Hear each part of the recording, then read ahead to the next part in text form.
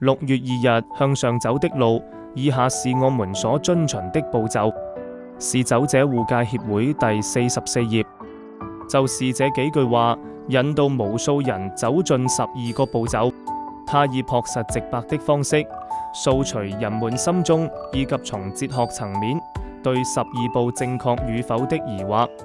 他真實描述了我所經歷的一切，願意踏實地實施步驟，最終得到了清醒。這並不代表我必須照搬前人走過的路。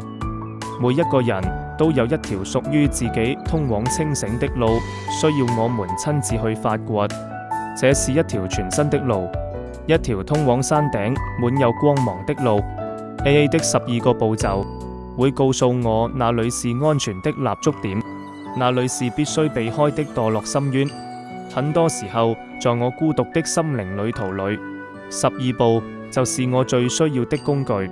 當我分享這段心路歷程，就是在跟大家分享我的經歷、力量以及對未來的盼望。